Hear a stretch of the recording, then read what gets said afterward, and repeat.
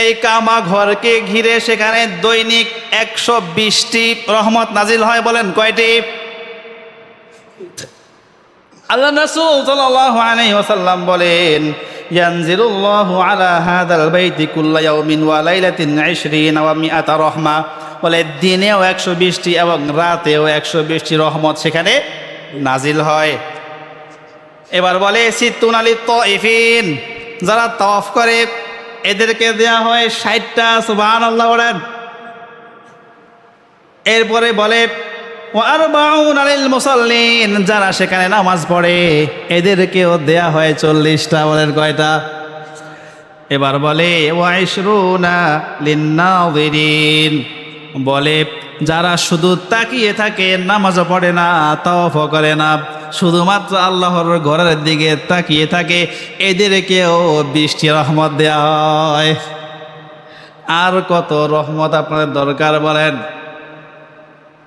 এরপরে এক বর্ণনায় আছে যে এই টাকা আপনি খরচ করবেন, আগে তো দলিল দিলাম, এগুলা বরকত হবে, আপনার বৃদ্ধি পাবে, ক্ষমা হবে। আল্লাহ রাসূল অন্য হাদিসেও বলে, শোনো, যে সম্পদ, যে অর্থ তুমি ব্যয় করবে, এর প্রত্যেকটি মুদ্রা, প্রত্যেকটি টাকা 700 গুণে আল্লাহ বৃদ্ধি করে দিবে। আর কত লাভ চাই বলেন? সর্বশেষ লাভ হলো আল্লাহ তাআলা আপনার জন্য জান্নাত নির্ধারিত করে দিবে। বুখারী শরীফের 1773, মুসলিম শরীফের 1349 নং হাদিস। সব হাদিসের কিতাবে এটা আছে। কি বলে? আল উমরাতু ইলাল উমরাতি কাফারাতুন লিমা বাইনাহুমা। বলে শোনো, হজ এবং উমরা যদি করো, হজ এবং উমরা করলে কি হবে? বলে শোনো, ওয়াল হাজ্জুল মাবরুর লাইসা লাহু জাযাউন ইল্লাল জান্নাহ। হজ উমরা এর মাঝে, দুইটার মাঝে যেই সময় থাকে, এর মাঝে বান্দার যত গুনাহ হয়, এই সব গুনাহগুলো পরের হজ কাফারা হয়ে যায়।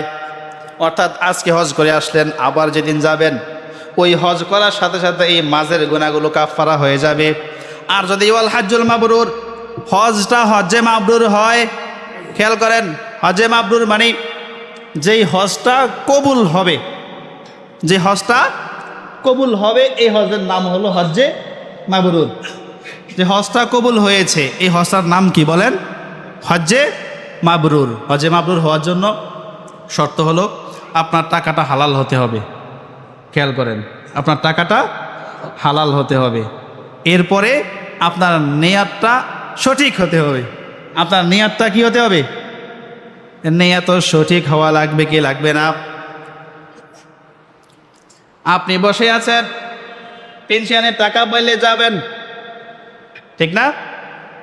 অথবা মানুষ খারাপ বলবে এই জন্য যান, যে কোনো স্বার্থ আদায়ের জন্য যান, শুধুই কেবল রবের সন্তুষ্টির উদ্দেশ্যে যদি যাওয়া যায়, আপনার টাকাটাও যদি হালাল হয় এবং হজের যে আহকামগুলো আছে, ফালাম ইয়ারফুত ওয়ালাম ইয়াফসুক, বলে সেখানে গিয়ে অনুচিত কোনো কিছু করা যাবে না। রোজা রেখে যেমন অশ্লীল অহেতুক কথা, কাজ, এগুলো করা যায় না, সেখানে গিয়েও হজের থাকাকালীন সময়ে এগুলো করা যায় না। এবং এসেও আপনি গুনাহ থেকে বেঁচে থাকার চেষ্টা করতে হবে। যাই হোক, এই সব শর্ত যদি মেনে হজ্জে মাবরুর করা যায়, আল্লাহ রাসূল বলেন লাইসা লাহু জাযাউন ইল্লাল জান্নাহ, এই হজের প্রতিদান কেবলমাত্র, শুধুই মাত্র হলো জান্নাত। তাহলে হজ্জে মাবরুর নসিব হলে জান্নাত আমার জন্য ওয়াজিব হয়ে যাবে। নিয়ত কি লাগবে? সহি লাগবে। অনেক ভাই আছে এখানে যারা হজ করেছেন, মনে কষ্ট নিয়েন না, আপনারা জানেনই সবার কথা তো একরকম না, ঠিক না? সবার কথা একরকম। অনেক হাজি আছে এমন। আমি একবার গল্প শুনেছিলাম, বলে এক হাজির বাসায় আমাদের এক ওস্তাদ গিয়েছিল মেহমান, মেহমানদারি গ্রহণ করার জন্য। ওই হাজি সাহেব বলল, হুজুর এই নেন, চা দিলাম। হুজুর বলে, মাশাআল্লাহ, কাপটা তো অনেক সুন্দর। বলে, এই কাপটা আমি এনেছি যেই দিন হজে গিয়েছিলাম, ওই হজে গিয়ে হজ থেকে আসার সময় তারপরে এই কাপটা এনেছি। মানে আমি যে হাজি, মেসেজটা দিতে হবে না? তো এখন মেসেজটা আসলো কিভাবে? এই ধরেন, চা দিলাম, এই কাপ কোত্থেকে আসছে জানেন? আমি হজে গেছিলাম, হজ থেকে কাপ নিয়ে আসছিলাম, ওই কাপে করে আপনাকে চা দিলাম। বুঝছেন তো? তো এরকম নিয়াত হলে হবে না, লোক দেখানো হতে পারবে না, শুধু এই রবকে উদ্দেশ্য করে রাজি খুশির জন্য হতে হবে। তাহলে এটা হবে হজ্জে মাবরুর। হজ্জে মাবরুর যদি আপনার হয়, তাহলে রাসূল বলে আপনার প্রতিদান হলো শুধুই জান্নাত। সুবহানাল্লাহ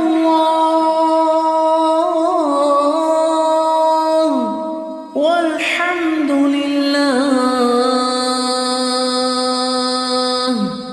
ওয়ালা ইলাহা ইল্লাল্লাহ।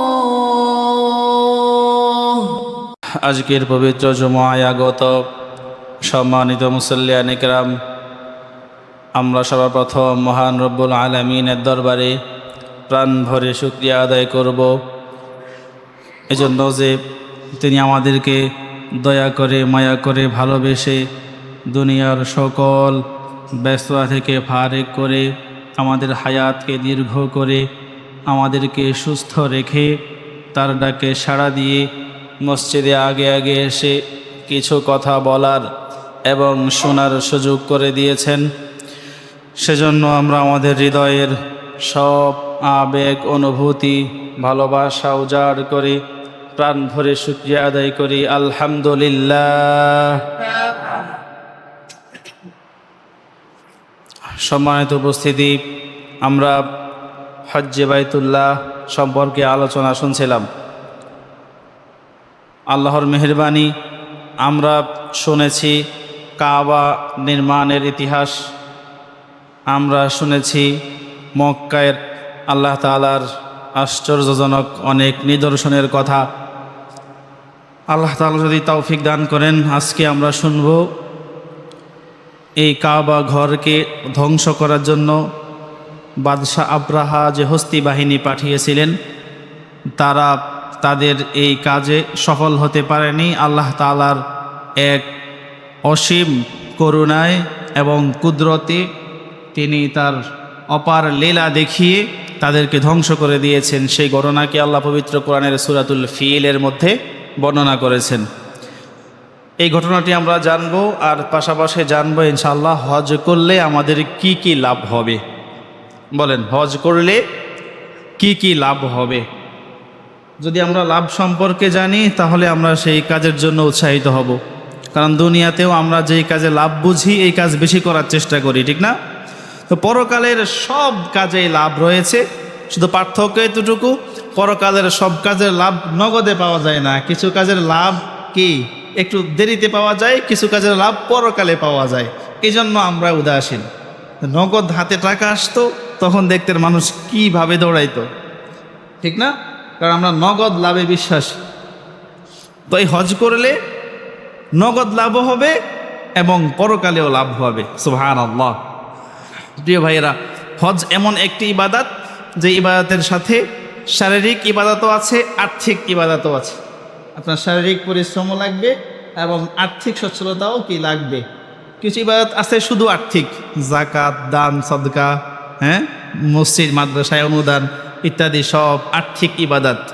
আবার কিছু আছে শারীরিক ইবাদত, নামাজ, এগুলো শারীরিক ইবাদত, অর্থের প্রয়োজন হয় না। হজ এমন একটা ইবাদত, এটার মধ্যে অর্থ প্রয়োজন হয়, শারীরিক সক্ষমতাও প্রয়োজন হয়। এজন্য এটার মর্যাদাও বেশি। এটার মর্যাদাও কি বেশি। দেখেন, অনেকগুলো লাভ রয়েছে। এই ঘরে ইবাদতের উদ্দেশ্যে আল্লাহ তাআলা গমন করতে আমাদেরকে বলেছেন। হজ ছাড়াও যাদের সাধ্য হয়, বলেছিলাম আপনাদেরকে, ওখানে গিয়ে একটু দেখে আসবো, ওখানে গিয়ে এক ওয়াক্ত নামাজ পড়ে আসবো, এখানে দেখব, এগুলো আমাদের স্মরণ হবে, এগুলো আমাদের মনে আসবে, আল্লাহর নিদর্শন পাবো, আমাদের অন্তরে রবের ভালোবাসা বৃদ্ধি পাবে। প্রিয় ভাইয়েরা, এবার আসেন হজ করলে কি কি লাভ, মনোযোগ দিতে হবে। সংক্ষেপে বলে ফেলি, হজ করলে 1 নাম্বার লাভ হবে, বান্দার গুনাহ মাফ হয়ে যাবে। শুধু এত সংক্ষেপে বললে হবে নাকি? আল্লাহ রাসূল সাল্লাল্লাহু আলাইহি ওয়াসাল্লাম বলে, মান হাজ্জা লিল্লাহি ফালাম ইয়ারফুত ওয়া লাম ইয়াফসুক রাজা কায়াউমিন ওয়ারাদাতহু উম্মু। বলে, শোনো, গুনাহ মাফ হবে। কেমন করে মাফ হবে শোনো। মায়ের গর্ভ থেকে সন্তান যখন ভূমিষ্ঠ হয়, এইমাত্র মায়ের পেট থেকে ভূমিষ্ঠ হওয়া সন্তান সে যেমন নিষ্পাপ, তার দুনিয়ার সাথে এখনো কোনো পরিচিতি নাই, দুনিয়ার কারোর সাথে কোনো কথা হয় নাই, কোনো কিছু হয় নাই, মাত্র দুনিয়া দেখেছে, ঠিক না? বলে এই সন্তান যত নিষ্পাপ, কেউ যদি ইতমিনানের সাথে হজের রীতিনীতি পালন করে, যেভাবে করা উচিত ছিল এভাবে করতে পারে, এই বান্দাকেও আল্লাহ মায়ের পেটে থেকে আসা সন্তান যেমন নিষ্পাপ, এমন নিষ্পাপ করে হজ থেকে বাড়িতে ফিরাবে। আল্লাহ তাআলা কিভাবে উদাহরণ দিয়েছে দেখেন। বুখারী শরীফের 1521 নম্বর হাদিস। তাহলে আল্লাহ রাসূল নবজাতক সন্তানের সাথে উদাহরণ দিয়ে কি বোঝালেন? তার ছোট হোক বড় হোক, ইচ্ছাই হোক অনিচ্ছাই হোক, তার কোনো বিন্দু মাত্র গুনাহ আর অবশিষ্ট থাকবে না। সুবহানাল্লাহ বলেন। তাহলে কেউ যদি পরিপূর্ণ ইখলাসের সাথে হজ করতে পারে তাহলে তার এটা হলো ফায়দা। এবার দেখেন, বলা হয়েছে যে হজ করতে যাবে এই বান্দা যত দোয়া করবে তার সব দোয়াগুলো কবুল করা হবে, ক্ষমা করে দেয়া হবে, তার দোয়া কবুল করা হবে। এতটুকু না, বলে সে যার জন্য দোয়া করবে তারও সব দোয়াগুলো কবুল করে নেওয়া হবে। সে যদি আমার জন্য আপনার জন্য দোয়া করে, যেগুলো করবে এগুলো কবুল হবে। সুবহানাল্লাহ। এই জন্য যারা হজ করতে যায় তাদের কাছে বেশি বেশি দোয়া চাবেন। ওখানে গেলেও বারবার স্মরণ করিয়ে দিবেন, আমার জন্য দোয়া করেছেন নাকি, বলেন ইনশাআল্লাহ। তাহলে আমরা ওখানে যারা যাবে স্মরণ করিয়ে দিব বারবার। আমরা নিজেরাও যাওয়ার চেষ্টা করব। এই জায়গাটাই তো এমন, এখান থেকে কোনো হাত খালি, আল্লাহু আকবার, যদি আপনার ইখলাস থাকে। বলা হয়েছে আরাফার ময়দানে যখন অবস্থান করে, ওই সময় যারা অবস্থান করবে আল্লাহ তাআলা এদের সবাইকে সেখান থেকে নিষ্পাপ করে তারপরে ফিরাবে। কত রকমের ক্ষমার ঘোষণা বলা হয়েছে। হাজরে আসওয়াদ যখন চুমু খাবে, চুমু দিতে দেরি হবে, বান্দার গুনাহগুলো ঝরে যেতে দেরি হবে না।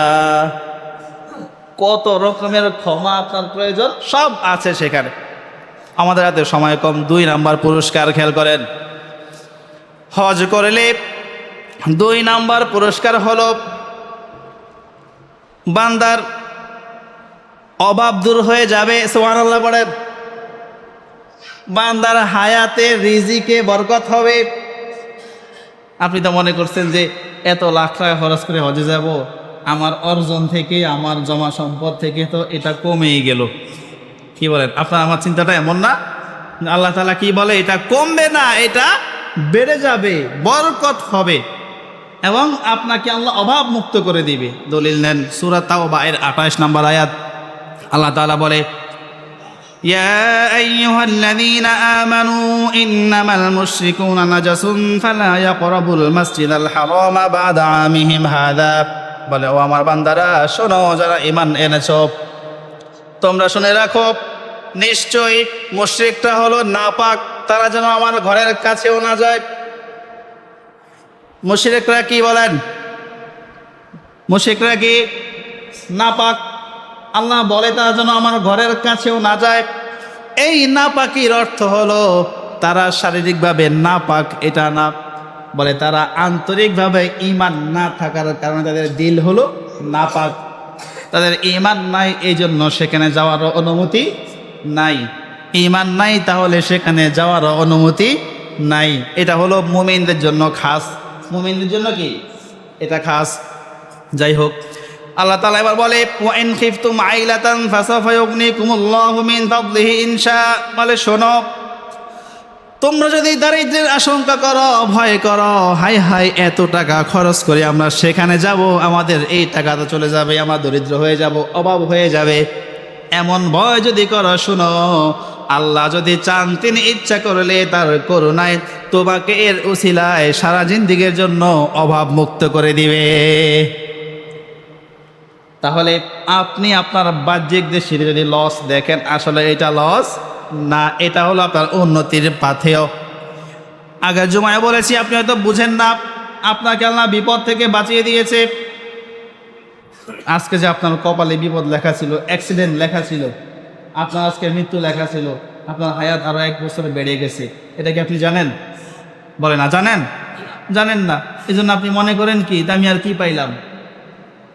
আল্লাহ যেই তো বলছে আপনি পাবেন, চোখ বন্ধ করে বিশ্বাস করেন আপনি পাবেন।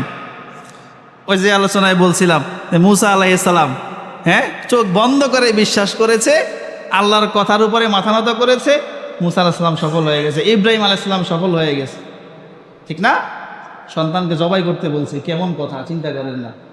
যে ইব্রাহিম আলাইহিস সালাম একটা বারের জন্য মুখ খুলেন নাই, ইব্রাহিম আলাইহিস সালাম সফল। মুসা আলাইহিস সালাম হাতে হলো লাঠি, সামনে হলো সাপ, তো উচিত ছিল আল্লাহ বুঝে লাঠি ছেড়ে দাও। মুসা তো আল্লাহর কাছে বলতে পারতো, আল্লাহ সামনে সাপ যদি লাঠি দিয়ে একটা বাড়ি দেই, তুমি এটা ছেড়ে দিতে বলতেছো কেন? মুসা কি বলছে? বলে নাই। কারণ মুসা জানে আল্লাহ যে এটা বলছে এটার মধ্যেই আমার সফলতা।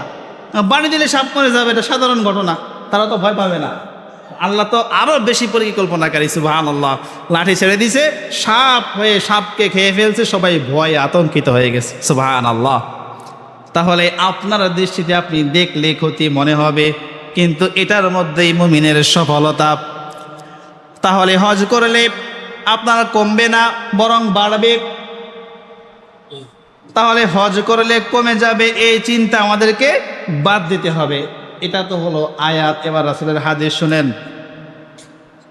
ক্বালা রাসূলুল্লাহ সাল্লাল্লাহু আলাইহি ওয়াসাল্লাম, তাবিউ বাইনাল হজ্জ ওয়াল উমরাহ, তাবিউ বাইনাল হজ্জ ওয়াল উমরাহ, তোমরা বেশি বেশি হজ এবং উমরা করো।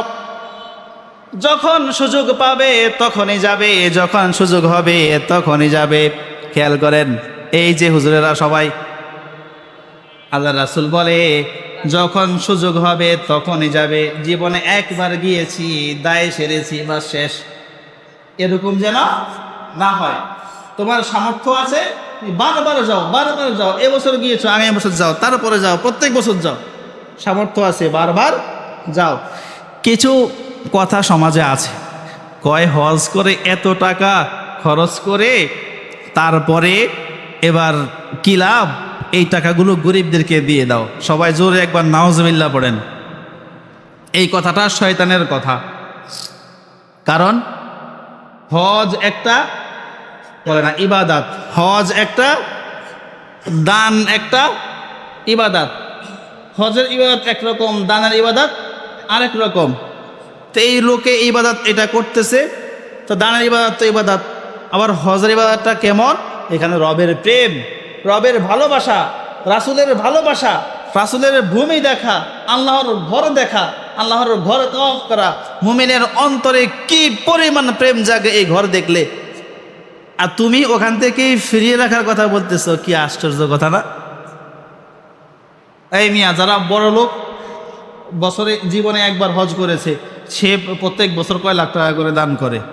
এটা খামাখা, এটা একটা ধোঁকা। তাকে হজ থেকে ফিরিয়ে রাখেন, আপনার কি মনে হয় সব টাকা দান করে দিবে? এটা কি মনে হয়? এই শয়তানি মার্কা কথাবার্তা আমরা বলবো না, শুনবো না। কেউ বললে সেটার প্রতিবাদ করবো, বলেন ইনশাআল্লাহ। তাহলে আল্লাহ রাসূল বলে, আমার উম্মতেরা তাবিউ বাইনাল হজ্জি ওয়াল উমরাহ, বলে বারবার হজ উমরা করো, বারবার হজ উমরা করো। করলে কি লাভ হবে? فإنهما ينفيان الفقر والذنوب كما ينفي الكير خبث الحديد والذهب والفضة।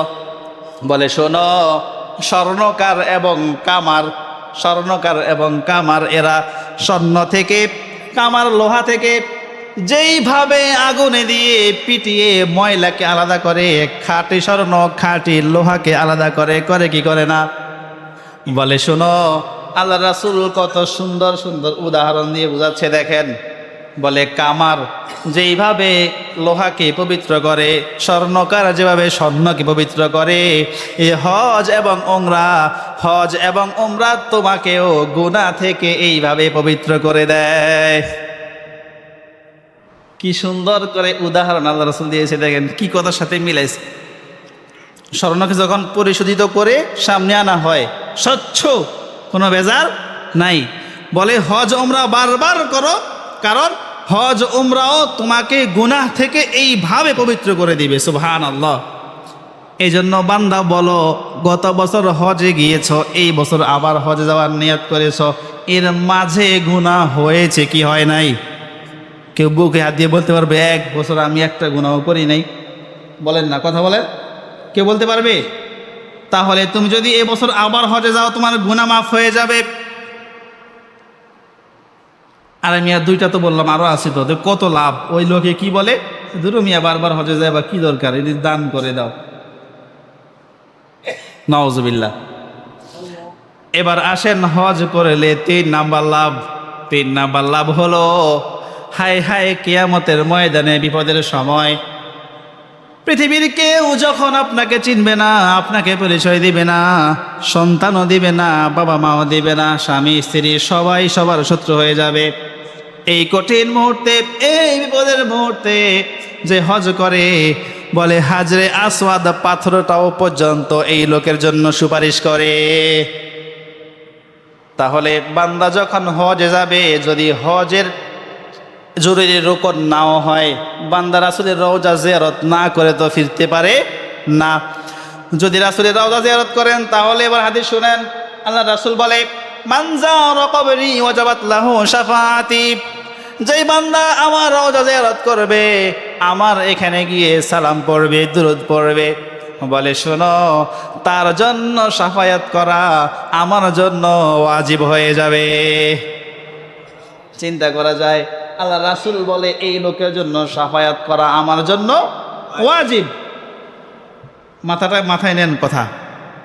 আল্লাহ রাসূল যদি বলে তোমার জন্য শাফায়াত করা আমার ওয়াজিব হয়ে যায়, অবস্থাটা কি? আল্লাহ আমাদেরকে নসিব করা, বলেন আমিন।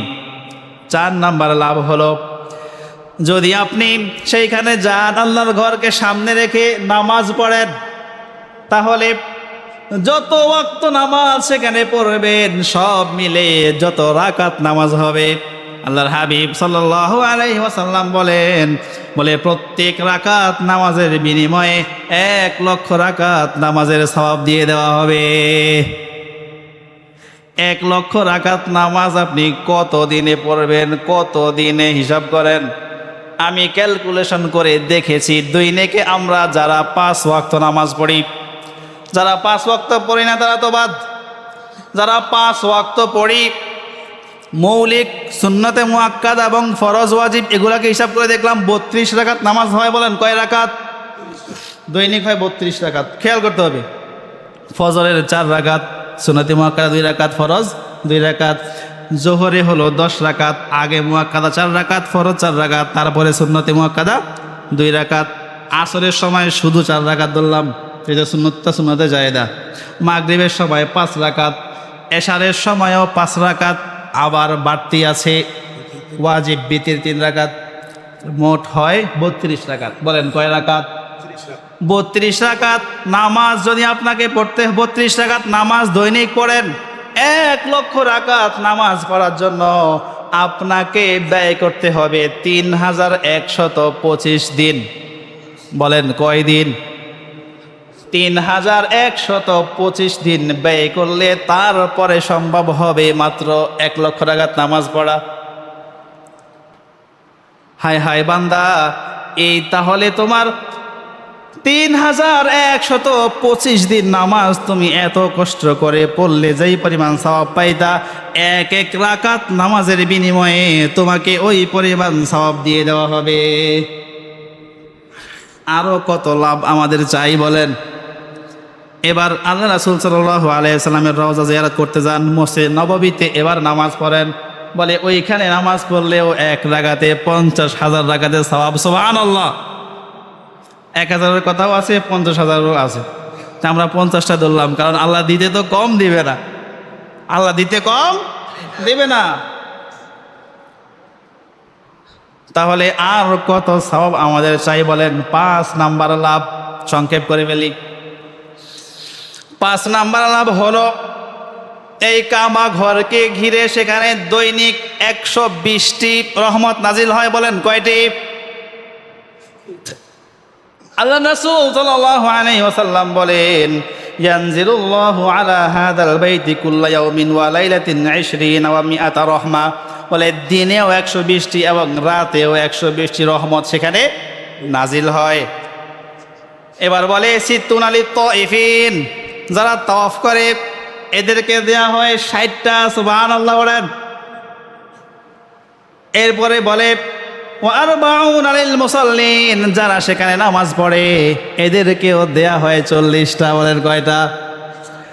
এবার বলে ওয়া ইশরুনা লিন্নাযিরিন, বলে যারা শুধু তাকিয়ে থাকে, নামাজও পড়ে না, তাওয়াফও করে না, শুধুমাত্র আল্লাহর ঘরের দিকে তাকিয়ে থাকে, এদেরকেও 20টি রহমত দেয়া হয়। আর কত রহমত আপনাদের দরকার বলেন? এরপরে এক বর্ণনায় আছে যে এই টাকা আপনি খরচ করবেন, আগে তো দলিল দিলাম এগুলা বরকত হবে, আপনার বৃদ্ধি পাবে, ক্ষমা হবে। আল্লাহ রাসূল অন্য হাদিসেও বলে, শোনো, যে সম্পদ, যে অর্থ তুমি ব্যয় করবে, এর প্রত্যেকটি মুদ্রা, প্রত্যেকটি টাকা 700 গুণে আল্লাহ বৃদ্ধি করে দিবে। আর কত লাভ চাই বলেন? সর্বশেষ লাভ হলো আল্লাহ তাআলা আপনার জন্য জান্নাত নির্ধারিত করে দিবে। বুখারী শরীফের 1773, মুসলিম শরীফের 1349 নং হাদিস, সব হাদিসের কিতাবে এটা আছে। কি বলে? আল উমরাতু ইলাল উমরাতি কাফফারাতুন লিমা বাইনাহুমা, বলে শোনো, হজ এবং উমরা যদি করো, হজ এবং উমরা করলে কি হবে? বলে শোনো, ওয়াল হাজ্জুল মাবরুর লাইসা লাহু জাযাউন ইল্লাল জান্নাহ, হজ উমরা এর মাঝে, দুইটার মাঝে যেই সময় থাকে, এর মাঝে বান্দার যত গুনাহ হয়, এই সব গুনাহগুলো পরের হজ কাফফারা হয়ে যায়। অর্থাৎ আজকে হজ করে আসলেন, আবার যেদিন যাবেন ওই হজ করার সাথে সাথে এই মাঝের গুনাহগুলো কাফফারা হয়ে যাবে। আর যদি ওয়াল হাজ্জুল মাবরুর, হজটা হজ্জে মাবরুর হয়, খেয়াল করেন, হজ্জে মাবরুর মানে যেই হজটা কবুল হবে, যে হজটা কবুল হবে, এই হজের নাম হলো হজ্জে মাবরুর। যে হজটা কবুল হয়েছে, এই হজটার নাম কি বলেন? হজ্জে মাবরুর। হজ্জে মাবরুর হওয়ার জন্য শর্ত হলো আপনার টাকাটা হালাল হতে হবে। খেয়াল করেন, আপনার টাকাটা হালাল হতে হবে। এরপরে আপনার নিয়াতটা সঠিক হতে হবে। আপনার নিয়াতটা কি হতে হবে? নিয়াত সঠিক হওয়া লাগবে কি লাগবে না? আপনি বসে আছেন, পেনশনের টাকা পাইলে যাবেন, ঠিক না? অথবা মানুষ খারাপ বলবে এই জন্য যান, যে কোনো স্বার্থ আদায়ের জন্য যান, শুধুই কেবল রবের সন্তুষ্টির উদ্দেশ্যে যদি যাওয়া যায়, আপনার টাকাটাও যদি হালাল হয় এবং হজের যে আহকামগুলো আছে, ফালাম ইয়ারফুত ওয়ালাম ইয়াফসুক, বলে সেখানে গিয়ে অনুচিত কোনো কিছু করা যাবে না। রোজা রেখে যেমন অশ্লীল অহেতুক কথা, কাজ এগুলো করা যায় না, সেখানে গিয়েও হজের থাকাকালীন সময়ে এগুলো করা যায় না। এবং এসেও আপনি গুনাহ থেকে বেঁচে থাকার চেষ্টা করতে হবে। যাই হোক, এই সব শর্ত যদি মেনে হজ্জে মাবরুর করা যায়, আল্লাহ রাসূল বলেন লাইসা লাহু জাযাউন ইল্লাল জান্নাহ, এই হজের প্রতিদান কেবলমাত্র, শুধুই মাত্র হলো জান্নাত। তাহলে হজ্জে মাবরুর নসিব হলে জান্নাত আমার জন্য ওয়াজিব হয়ে যাবে। নিয়ত কি লাগবে? সহি লাগবে। অনেক ভাই আছে এখানে যারা হজ করেছেন, মনে কষ্ট নিয়েন না, আপনারা জানেনই সবার কথা তো একরকম না, ঠিক না? সবার কথা একরকম। অনেক হাজি আছে এমন। আমি একবার গল্প শুনেছিলাম, বলে এক হাজির বাসায় আমাদের এক ওস্তাদ গিয়েছিল মেহমান, মেহমানদারি গ্রহণ করার জন্য। ওই হাজি সাহেব বলল, হুজুর এই নেন, চা দিলাম। হুজুর বলে, মাশাআল্লাহ, কাপটা তো অনেক সুন্দর। বলে, এই কাপটা আমি এনেছি যেই দিন হজে গিয়েছিলাম, ওই হজে গিয়ে হজ থেকে আসার সময় তারপরে এই কাপটা এনেছি। মানে আমি যে হাজি, মেসেজটা দিতে হবে না? তো এখন মেসেজটা আসলো কিভাবে? এই ধরেন, চা দিলাম, এই কাপ কোত্থেকে আসছে জানেন? আমি হজে গেছিলাম, হজ থেকে কাপ নিয়ে আসছিলাম, ওই কাপে করে আপনাকে চা দিলাম। বুঝছেন তো? তো এরকম নিয়াত হলে হবে। না, লোক দেখানো হতে পারবে না, শুধুই রবকে উদ্দেশ্য করে রাজি খুশির জন্য হতে হবে। তাহলে এটা হবে হজ্জে মাবরুর। হজ্জে মাবরুর যদি আপনার হয়, তাহলে রাসূল বলে আপনার প্রতিদান হলো শুধুই জান্নাত। আল্লাহ তাআলা আমাদেরকে সবাইকে নসিব করুক, বলেন আমিন। এরপরে মক্কা নগরীর অসংখ্য অগণিত ফজিলত, অসংখ্য অগণিত নিদর্শন তো আছেই, কিছু কিছু বলেছি, সময় থাকলে আরও বলতাম, আজকে আর থাক। মদিনা শরীফের ফজিলতের অভাব নাই, রাসূলের রওজা জিয়ারত সহ সব কিছু। মদিনা শরীফ, মসজিদে নববী, এটা হলো এমন মসজিদ কাবার পরে পৃথিবীতে সবচাইতে বেশি, সর্বপ্রথম এবং সবচাইতে গুরুত্বপূর্ণ, সবচাইতে ইখলাসের সাথে মসজিদ নির্মাণ হয়েছে এই মসজিদে নববী। সুবহানাল্লাহ বলবেন না? এবং এটা আল্লাহ তাআলা সরাসরি কোরআনে আয়াত নাজিল করে বলে দিয়েছে। একবার ওই মুনাফিকরা একটা মসজিদ তৈরি করেছে, আল্লাহ রাসূল সাল্লাল্লাহু আলাইহি ওয়াসাল্লামকে সেখানে দাওয়াত দিয়েছে, মানে ধোঁকা দেওয়ার জন্য আর কি। আল্লাহ তাআলা আয়াত নাজিল করে দিয়ে আল্লাহ রাসূলকে বললেন লা তাকুম ফিহি আবাদা, বলে ওইখানে আপনি যাবেন না, দাঁড়াবেনও না। আপনি দাঁড়াবেন কোথায়? লা মাসজিদুন উসসিসা আলা তাকওয়া মিন আউওয়াল ইয়াউমিন আহাক্কু আন তাকুমা ফি, বলে শুরু থেকেই, প্রথম থেকে যেটা তাকওয়ার উপর ভিত্তি করে প্রতিষ্ঠিত হয়েছে, এই মসজিদই হলো আপনার দাঁড়ানোর সবচেয়ে উপযুক্ত জায়গা, সেটা হলো মসজিদে নববী। বলেন সুবহানাল্লাহ। তাহলে এই মসজিদে দাঁড়াতে কার না মন চায়? রাসূল নামাজ পড়িয়েছেন এখানে, রাসূলের রওজা এখানে, রাসূল এখানেই থাকতেন। আল্লাহু আকবার। রাসূল অসুস্থ ছিলেন, পর্দা ফাঁক করে জানালা দিয়ে তাকিয়ে দেখে আল্লাহ রাসূলের সাহাবারা কি সুন্দর জামাতে নামাজ পড়ে, রাসূল কান্না করে দিলেন। এই মুমূর্ষ ঘটনাগুলো তো এখানেই ঘটেছে। আল্লাহ আমাদের সবাইকে নসিব করা, বলেন আমিন। তাহলে যৌবনে হজ করা উত্তম, বলেন কখন? যৌবনে হজ করা উত্তম। আমরা তো বুড়া হওয়ার জন্য বসে থাকি, এখানে কিন্তু শারীরিক ইবাদত বলছি না। আপনি যখন বুড়া হয়ে গেলেন, আপনি এখন কি সাই করতে কি কষ্ট হবে বলেন তো? তাওয়াফ করতে কি পরিমাণ কষ্ট হবে? হ্যাঁ, আরাফার ময়দানে গিয়ে অবস্থান করবেন, কি পরিমাণ কষ্ট হবে? তাহলে আপনার টেম্পার যখন শেষ, তখনকার জন্য নিয়ত করেন কেন?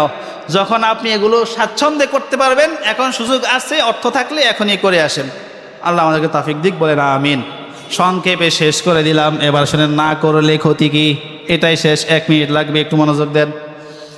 যদি আপনি হজ না করেন তাহলে কি ক্ষতি হবে? আল্লাহ রাসূল বলে মান লাম ইয়ামনাহু মিনাল হাজ্জি হাজাতুন যাহিরাতুন আও সুলতানুন জাইরুন আও মারাদুন হাবিসুন ফামাতা ওয়া লাম ইয়াহুজ্জা ফালাম ইয়ামুত ইনশাআ ইয়াহুদিয়া ওয়া ইনশাআ নাসরানিয়া। বলে শোনো, তোমার যদি সামর্থ্য থাকে হজ করার জন্য, তুমি যদি এই 3টা কারণ ছাড়া হজ থেকে বিরত থাকো, বলেন কয় কারণ? এই 3 কারণ ছাড়া যদি তুমি হজ থেকে বিরত থাকো, তাহলে তোমার জিম্মায় আমি নাই। তুমি চাইলে ইহুদি হয়ে কিংবা নাসারা হয়েও মৃত্যুবরণ করতে পারো। নাউজুবিল্লাহ বলেন। হজ না করলে হলো এই ঘোষণা। ওই 3টা কারণ কি শুনেন? বলে হাজাতুন যাহিরাতুন, স্পষ্ট কোনো অসুবিধা, কোনো সমস্যা, উল্লেখযোগ্য কোনো সমস্যা। সেটা কি? এই মহিলার উপরে হজ ফরজ, কিন্তু এখন ফরজ হয়েছে এই মুহূর্তে এই মহিলার সাথে হজ পর্যন্ত যাওয়ার মাহরাম কেউ নাই। এই জাতি, অর্থাৎ যে আপনি যাওয়া সম্ভবই না, কথা বুঝছেন? মানে আপনি যাওয়াটা সম্ভবই না, এরকম কোনো সমস্যা। হাজাতুন যাহিরাতুন, আরও ব্যাখ্যা আছে, সময় নেই আমাদের হাতে। 2 নম্বর সমস্যা, 2 নম্বর কারণ হলো আও সুলতানুন জাইরুন, অথবা পাপাচারী বাদশাহ যে আপনাকে যাইতে দেয় না, আটকে রাখে। তাহলে স্বৈর শাসক যে আপনাকে হজে যাওয়ার জন্য বাধা প্রদান করে, এটা হলো 2 নম্বর কারণ। বলে আও মারাদুন হাবিসুন, এবং এমন অসুস্থ আপনি যে অসুস্থতার মাঝে হজে যাওয়া আপনার জন্য বিপজ্জনক হয়ে যায়, অনেক বিপদের কারণ হয়ে যেতে পারে, মৃত্যুও হতে পারে।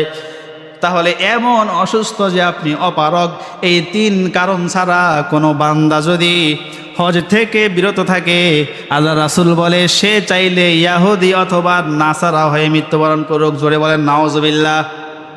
তাহলে আমার যাদের সাধ্য আছে নিয়ত করে ফেলি, তাদের সাধ্য নাই তারাও নিয়ত করি, সুযোগ হলেই আমরা যাব। বলেন ইনশা আল্লাহ। আমাদের সবাইকে তুমি হজ্জে মাবরুর নসিব করিও, বলেন আমিন। আল্লাহ আমরা যারা আজকে উপস্থিত রয়েছি আমাদের সবাইকে তুমি তোমার রওজা জিয়ারত না করিয়ে কাউকে মৃত্যু দিও না। আল্লাহ আমাদের সবাইকে হজ্জে মাবরুর নসিব করুক, বলেন আমিন।